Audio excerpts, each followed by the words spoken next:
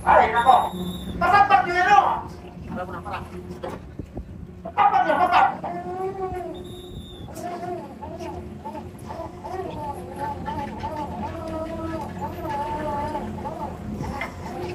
Dami pa nakalusot, ano? Dami nakalusot. Sana sumilong na lang. So, yung mga nakalusot, mahuli natin bukas. Ayan, guys. Ayan, halo pa rin tayo guys ng skipjack tsaka tuna. Ayan, may mga tuna guys. Ayan. Thank you Lord for the blessings.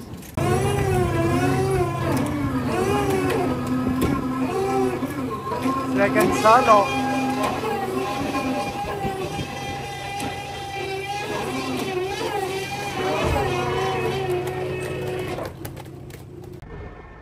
Ito naman guys yung aming pilot house or bridge na tinatawag sa barko guys. So meron tayong sonar dito, may birds radar, S-band radar, meron din tayong X-band radar, water temperature kung saan nagbibigay siya ng temperatura ng tubig, kaya minsan malalaman natin pagka malamig yung tubig, hindi gaano lumalabas ang isda. Yan guys. Tayo po ay professional helicopter pilot guys. Professional helicopter pilot, ang trabaho natin dito ay maghanap ng isda at hindi po tayo ordinaryong mangingisda dito guys. Ako po ay mula sa Philippine Air Force. Piloto po ako sa Philippine Air Force bago ako pumunta sa pangingisda. Yan. Ito yung pilot cabin namin guys. Dito ang kwarto namin ng piloto at saka ng mekaniko guys. Dito kami natutulog. Ayan. Kita nyo kung gaano kagulo ng aming kwarto. Ayan guys, para makompleto ang ating vlog, pakita nyo ang ating inililipad na helicopter. Ito po, pinakikilala ko sa inyo si Hornets. Ayan, although kilala na ng mga karamihan natin mga followers tsaka subscribers sa YouTube tsaka Facebook. Bawal ang ganitong pangingisda sa Pilipinas guys. Wala pong pinapayagan na ganitong fishing boats or fishing company sa Pilipinas dahil ito po ay tinatawag na international commercial fishing, deep sea fishing guys, yung pangmalaliman lamang po. Kaya sa mga dami po nagko-comment, akala nila kami sa Pilipinas ngingisda, ay hindi po. Kami po ay dumadayo dito sa Papua New Guinea guys. Hindi po ito sa Pilipinas dahil wala po kaming nakikita or wala pong ganitong karaming isda na pwedeng mahuli sa Pilipinas. Nasa international commercial fishing po kami guys, sa Pacific Ocean mostly ang aming operation. Kaya doon po na magko-comment at nagtatanong kung saan bansa kami, wala po kami sa Pilipinas, kami po ay nasa Papua New Guinea. So yun po ay para sa kabatiran ng mga iba pang bagong followers natin sa Facebook page at sa YouTube channel guys. Inulit ko lang po ulit dahil marami pa rin ang paulit-ulit na nagtatanong sa atin. So, ganyan po ang proseso sa deep sea fishing, pangmalaliman po. Bawal po ito sa mga bahura or mabababaw na lugar, guys. Ito po lamang ay pinapayagan sa malayo sa 12 nautical miles mula sa bahura or sa isla. Hindi kami pwedeng umarya doon dahil sa lalim po ng ating lambat, sa lawak po ng ating lambat, at ito po ay pwedeng makasira ng corals kung ito ay sa mababaw na lugar. Kaya kami po ay hindi kami pinapayagan dyan sa Pilipinas dahil baka nga po makasira. Dito po bawal na bawal din po kami at hindi kami lumalapit doon sa mga bahura or sa isla na may mababaw na lugar. Dahil ang mga hinuhuli po naming isda na yellowfin, tuna, skipjack ay sa malalalim na lugar lamang. Yan po, para maliwanag po tayo mga kasimahang isda. At para sa kabatiran ng mga nagtatanong sa atin. So magandang gabi ulit. This is just for the clarification guys. Good evening guys. Pasensya na hindi ako nakapag-vlog kanina habang kami ay umaarya dahil malakas ang ulan. Ngayon nga sa pwesto ko ngayon ay talagang umaambon-ambon pa rin. Kita nyo mga naka-raincoat pa rin yung mga yan. At ito medyo maganda-ganda yung naaryahan namin ngayong hapon, mga alas 6 pasado na kami naka-arya. Medyo padilim na rin dito. Kaya ito na lang yung muna for the meantime habang nagpa-power block sila, para makita natin kung gaano karami natin nahuli ngayong araw. Isang area lang kami ngayon, alas 6 na ng gabi nung makakita ng isda kasi pangit ang panahon. Lumipad ako kaninang umaga kaso maliliit yung isda. Meron nakikita kaso maliliit ang isda. Sabi ko naman, hindi naman talaga tayo umuhuli ng maliliit na isda dito dahil lugi lamang. Magtatakasan lang ngayon at the same time, walang presyo yon. So ngayon, nakatagpo kami, sa katatakbo namin, nakatagpo kami ng isang grupo dito kanina. At buti nga inabot pa dahil medyo padilim na rin, hindi na rin makita ang isda. Nakita rin sa sonar at naaryahan siya. So yun, nagpa-power block na sila ngayon. At sabi ko ito na lang i-content natin kasi maganda naman yung isda natin na inaryahan. So pasensya na sa inyo. Stay tuned mga kasimangan. Salamat po talaga sa inyo. Nasa 591,000 followers na tayo mga kasimangis sa Facebook. Ganon din sa ating YouTube channel. Nasa 58,000 na tayo guys. Thank you guys ha. Ayan, sila ay nagpa-power block na. Nagsisimula pa lang. So wala nga sana akong plano mag-vlog dahil naambon-ambon, baka magkasakit pa tayo, kaya sige lang, kaya pa naman. Thank you guys ha, mamaya hintayin natin kung gaano kadami ito. Si Mang Isda. Joel, yung basta hindi mo sa proa. Joel, kinabit mo na. Joel. Kapit mo na. Sipot. Kapit mo na.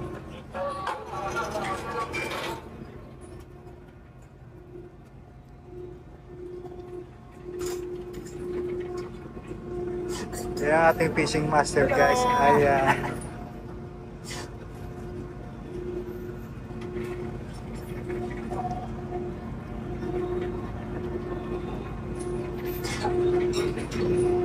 ayan guys, madilim na.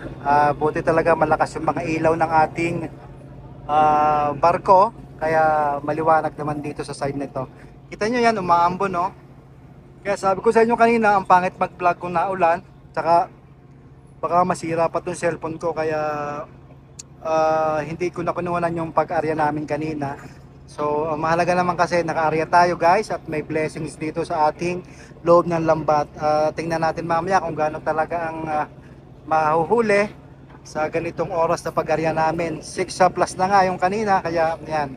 Ulit-ulit ako guys, pasensya na kasi wala talaga akong script sa paggagawa ko ng content. Hindi ako gumagawa ng script, talaga kung anong nakikita nyo, yun talaga sinasabi natin. What you see is what you get guys. Kung anong kaganapan dito, yun lang ating sinasabi. Wala tayong palamuti, wala tayong pagyayabang guys. At sa mga nagsasabi na ninanakaw doon natin yung ating mga isdang pinopost na video, ay sige lang po, okay lang po yan sa inyo. Kung kayo ay yan ang paniniwala, wala po akong magagawa dahil ito po ako, nandito ako sa laot ngayon, sa Papua New Guinea kami ngayon guys. Ito pa rin po ang original na si Mang Isda guys ha. Marami pong gumagaya sa ating vlog, pero sabi nga sa akin ni Facebook at sabi sa akin ni YouTube ay ang pinapriority nilang i-post ay yung sa ating video guys. Ayan. Oh, ayan po ang mukha na si Mang Isda guys. Matanda na, nasa 50 years old na. 50 years old na pag nanako ka pa ng content guys. Ayan guys, tayo po ay professional helicopter pilot guys. Professional helicopter pilot, ang trabaho natin dito ay maghanap ng isda at hindi po tayo ordinaryong mangingisda dito guys. Ako po ay mula sa Philippine Air Force. Piloto po ako sa Philippine Air Force bago ako pumunta sa pangingisda. Ayan. Ayan guys.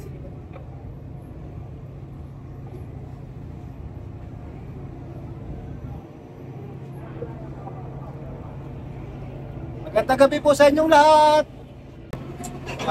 Guys, ayan. Ito yung pilot cabin namin, guys. Dito ang kwarto namin ng piloto at saka ng mekaniko, guys. Dito kami natutulog. Ayan. Kita nyo kung gaano kagulo ng aming kwarto. So paglabas lang ng kwarto namin, guys. Boy Butas, magpakita ka dito, Boy Butas. Ayan, si Boy Butas, si Boy Hilo, guys. Gumagawa siya ng report sa kanyang helicopter. Ayan. Nakita ko po sa inyo ang aming kwarto, maliit lamang. So, paglabas po ng ating kwarto, Ito na makikita nyo yan, may mga gasolina ng helicopter. Yan, para makita nyo po na may helicopter tayo dito at may piloto at saka mekaniko guys. Ayan, paglabas nyo lang ng pinto, ito na, makikita nyo, dagat na. So, makikita nyo na din yung mga nag-aaryahan. Ayan guys. Sira ito sira ito, alas 8:10 na. Hindi gumagana yung aming wall clock, hanging clock pala. Ayan guys.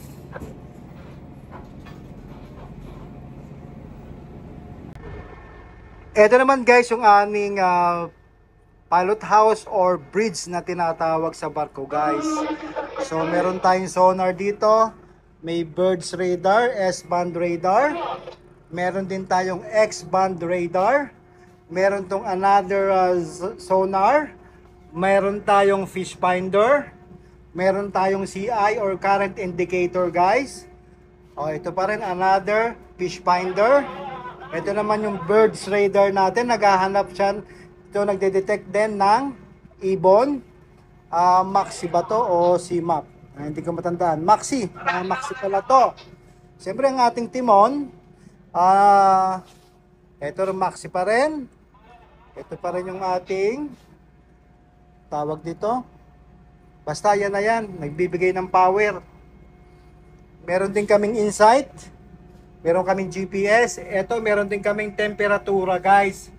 Water temperature. Kung saan, nagbibigay siya ng temperatura ng tubig. Kaya minsan, malalaman natin, pagka malamig yung tubig, hindi gaano lumalabas ang isda. Yan, guys. Kaya minsan sinasabi ko, parang giniginaw dahil sa lamig ng temperatura, guys. Kaya yan, hindi kami makakarya kapag sobrang lamig ng tubig. Kaya, ayan, may yan tawag dito. Satlink kami. Meron kami CCTV. May yan. Ito yung CCTV sa deck guys. So, ganyan guys yung kabuuan ng aming pilot house. May aircon. Ayan. May fire alarm. May altar. Another aircon. Ayan. May airpot. So, ang dami ng radios guys. Ayan, 1, 2, 3, 4, 5. May para sa helicopter, may para sa mga barko. Ayan. Meron ding SSB radio. Ito, pang malayuan to. Yan. Pagka malakas na malakas ang signal, umabot pa kami ng Gensan sa radyo na yan. Ang nare-reach ng ating radio communication. So ito, pinakikilala ko sa inyo si Jessica or Sunflower 8 guys. Sunflower 8 ako on board ngayon. Ito ang dami niyang aparato. Another GPS guys. So yan. Ito naman ito ang S-band radio, S-band radar. Ito puro mga ulap na yan. Kaya may ulan-ulan dito ang bunambon. Ito may mga patak-patak ng ibon. Yan guys. So ganyan. Pag titingin ka sa radar, kung makapal pa yung ulan na parating sa inyo o sigurado may malakas na hangin niyang kasama, talaga naman pati alon ay apektado pag malakas ang ulan at ang hangin. So andito tayo para i-feature to sa inyo kasi last time hindi ko pa yata ito na-feature sa inyo kasi pabalik-balik lang naman ako dito guys sa barko na ito. Ayan. Ayan guys, hindi pa nga ako nag-aahit.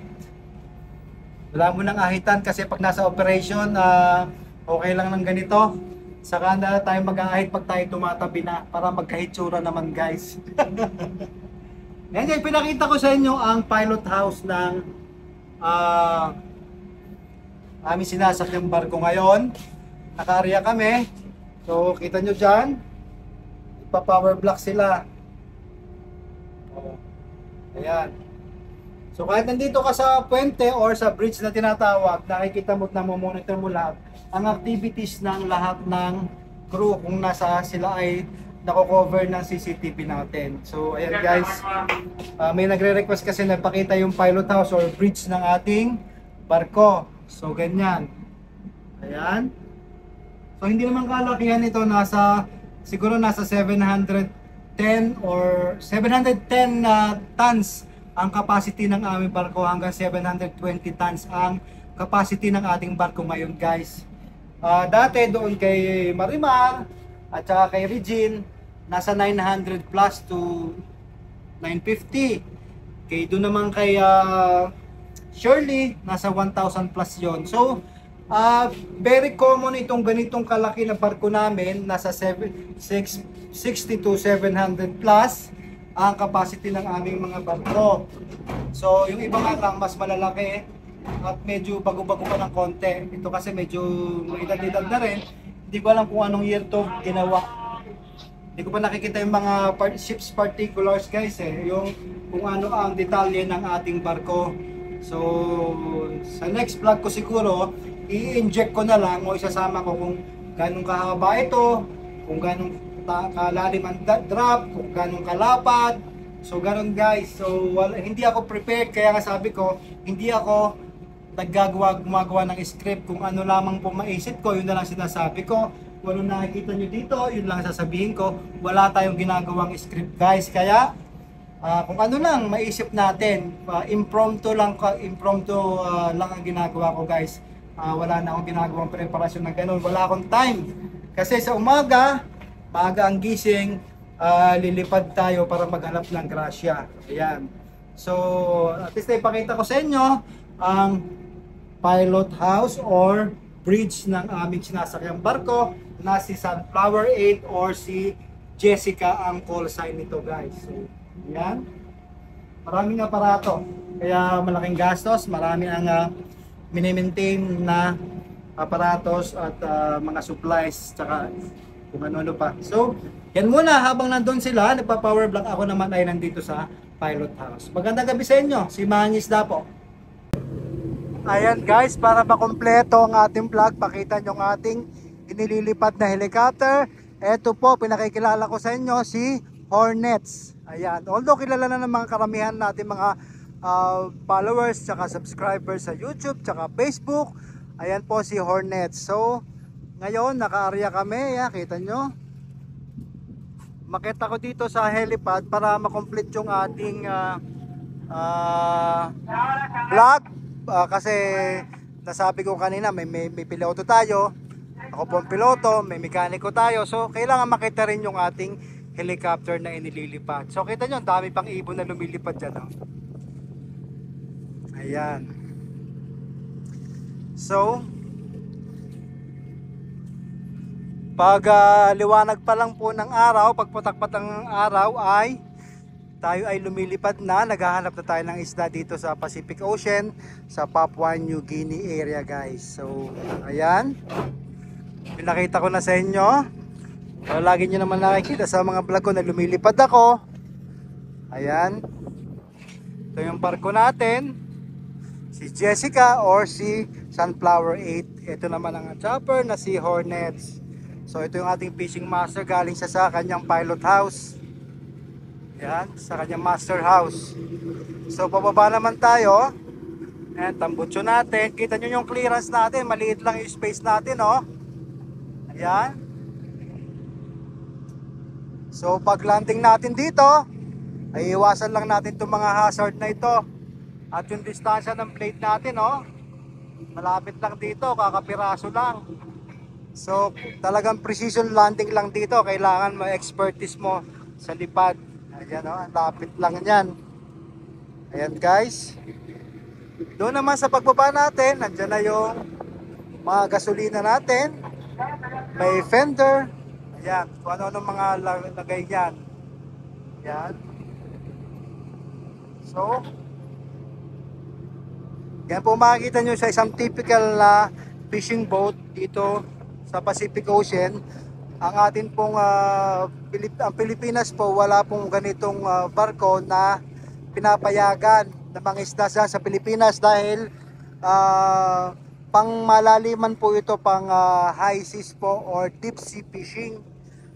Kaya hindi tayo pwede sa mga mabababaw na area o doon sa may mga bahura, o katulad dyan sa mga mangisda natin na nangangawil sa mababaw na lugar. Kami po ay pang malalim lamang, guys. So Pinakita ko na sa inyo. At para may ka-idea kayo sa isang typical fishing boats dito. Ayan. Yan guys, medyo makipot na yung ating lambat.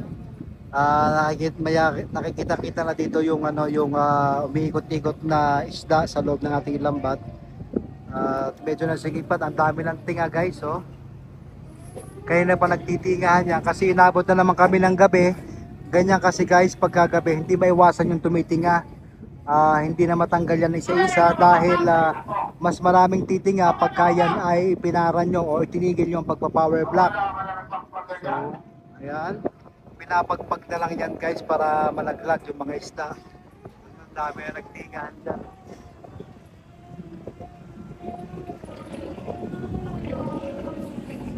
Ganyan.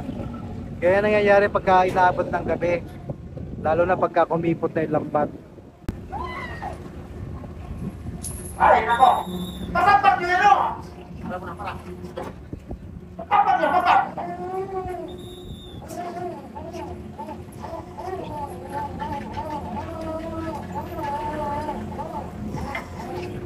Dami na tinga. Ano ka pala, oh? Laman, oh! Pati. Eh, tulungan nyo ko na pagpapat yan, oh! Ay, nako! Isda, oh! Isda, oh! Pagpapat yan! Oh! Isda, yan, oh nga! Ay, patulong ka! Yan, nandyan yung ating diver, kumakaway, ayan. Sinisilip niya kung gano'ng kadami. Taga Sambuanga yan. Tuloy-tuloy yan! Ipagpag mo yan!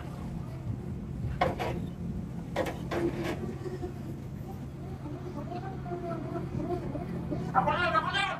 Ases ng batang! Ay, ako.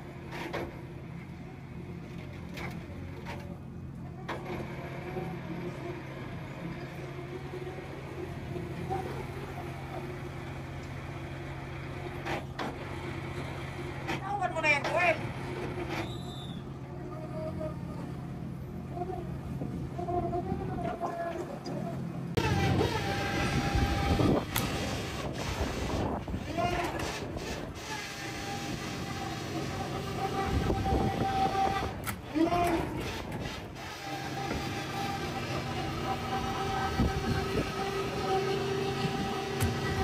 Kapag kagabi guys, medyo nababawasan yung huli natin dahil sa laki nga ng mata ng lambat natin, marami ba na nakakalabas. At the same time, marami ang tumitinga, so nababawasan yung huli natin. So pagka ganito, naabot ng gabi, hindi maiwasan talaga yon. Pero syempre, business as usual, kailangan tayo maka-area, makahuli dahil sa laki nga ng gastos at pinabayaran dito sa lugar na to, sa bansang ito. Kaya sikap-sikap lang talaga kami dito na para makahuli kami.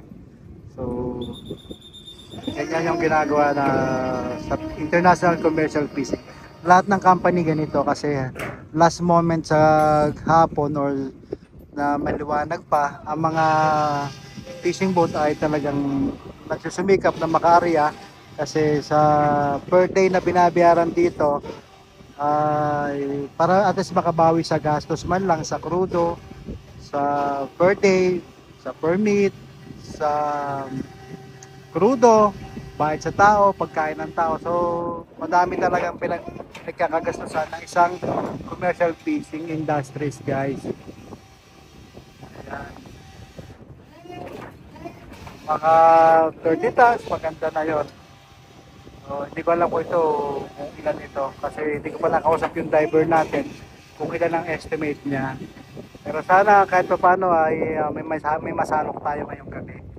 Kasi maganda naman yung inaryahan. Sabi ko nga pagka medyo ginagabi, nababawasan or yung sa tinga pa lang ay malaking kabawasan na yon guys. So ayan guys ang laban dito. Laban-laban lang para mabuhay. Ayan. Meron tayo ditong 6 na local crew mula sa Papua New Guinea. So dun sa mga nagko-comment na hindi kami pure Filipino, totoo po yun, hindi kami pure Filipino, pero ito ay Filipino owned company guys, dyan sa Probel Fishing Corporation dyan sa Manila. Yan, may malaking tuna guys, oh. Yan. So, malaking bagay na yung makakita tayo ng ganitong isda. Hindi mo naka-impression ng ganito. Mahal yung tuna, kaya yan. Sisikapan natin makahuli. Buhay na buhay pa, oh.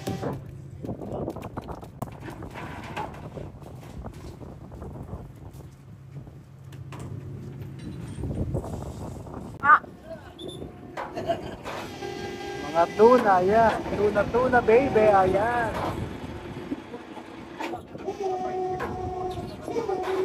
Marami nang tumingang tuna, guys, eh. Hindi lang natin nakuhanan.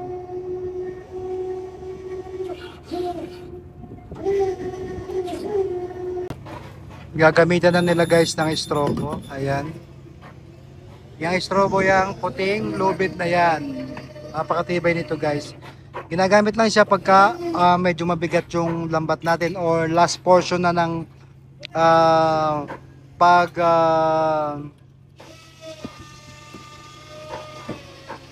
ano nila, guys, pag tag dito yon, pag last portion at malapit na salukin, nagamitan na yan ng ganyan para mabigat, para kung may bigat-bigat man, may suporta nakakonekta dito. Yan, connected yan dyan, binibira yan para maiangat yung isda, lalo na kung mabigat.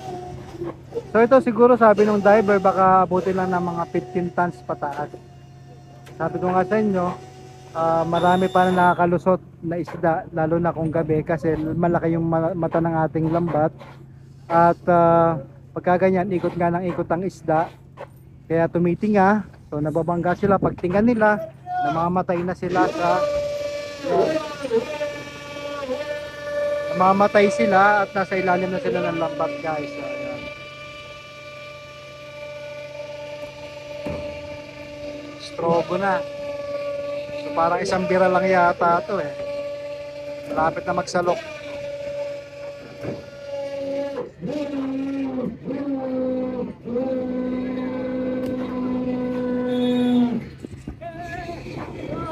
Isang bira nga lang, konti lang to. Marami pa nakalusot, guys, kaya ganon. Okay, guys.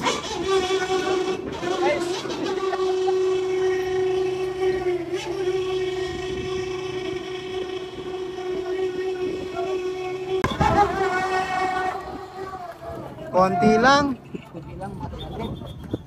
Baka mga 10 tons lang siguro. Dami pa nakalusot, ano? Marami nakalusot. Sana sumilong na lang. Pero yung mga nakalusot, mahuli natin bukas. Kaya guys,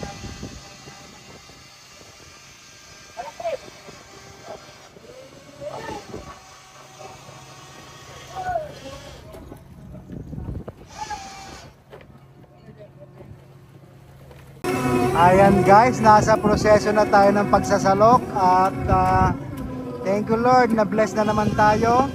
Hindi naman po garang karamihan, pero maraming salamat pa rin talaga, Lord, sa blessings araw-araw, sa good health, good weather, kondisyon ng ating barko, kondisyon ng ating helicopter. More on, ayan, halo pa rin tayo, guys, ng skipjack tsaka tuna. Ayan, may mga tuna, guys. Ayan.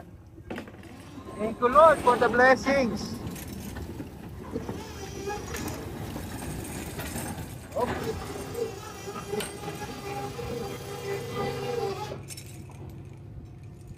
So, malalaki na yung isda. Nasa 1.8 na. 2 kilos.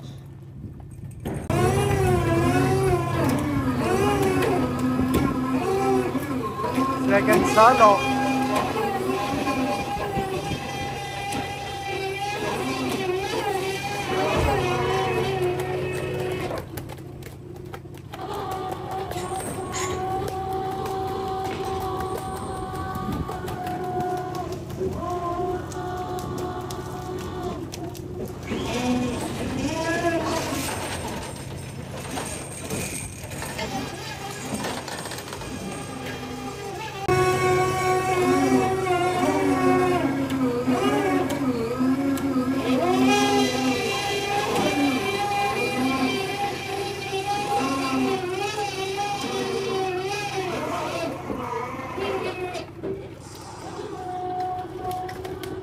wala akong mamay eh.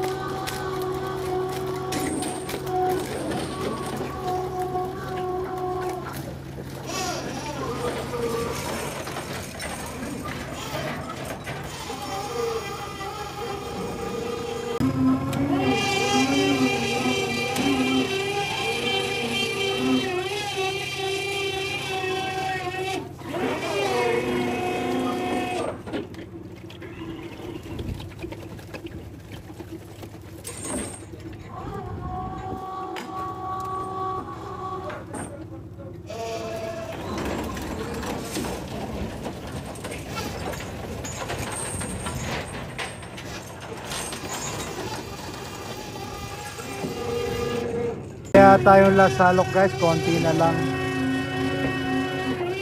Bawi tayo bukas guys ha. Keep on watching mga kasimahang isda. Hindi ko alam kung umabot to ng ilan. Abot ba ng 15 tons? 500?